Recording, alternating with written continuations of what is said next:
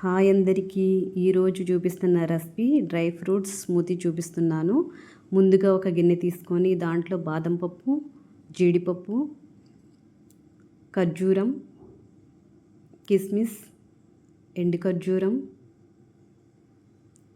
అంజీరా,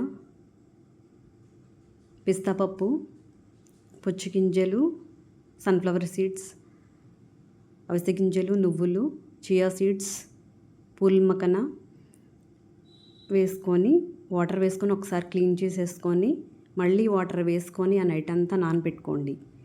ఆ next day morning mixie జార్లో డ్రై ఫ్రూట్స్ అన్నీ వేసేసి బ్లెండ్ చేసుకోండి. అవి బ్లెండ్ అయిన తర్వాత దీంట్లో అరటిపండు, కొబ్బరి నీళ్ళు వేసుకొని బ్లెండ్ చేసుకోండి. అంతే, మన డ్రై ఫ్రూట్స్ స్మూతీ రెడీ. ఇది హెల్దీ, చాలా హెల్దీ. మీరు తప్పకుండా ట్రై చేయాలి, చాలా బాగుంటుంది. Thank you for watching.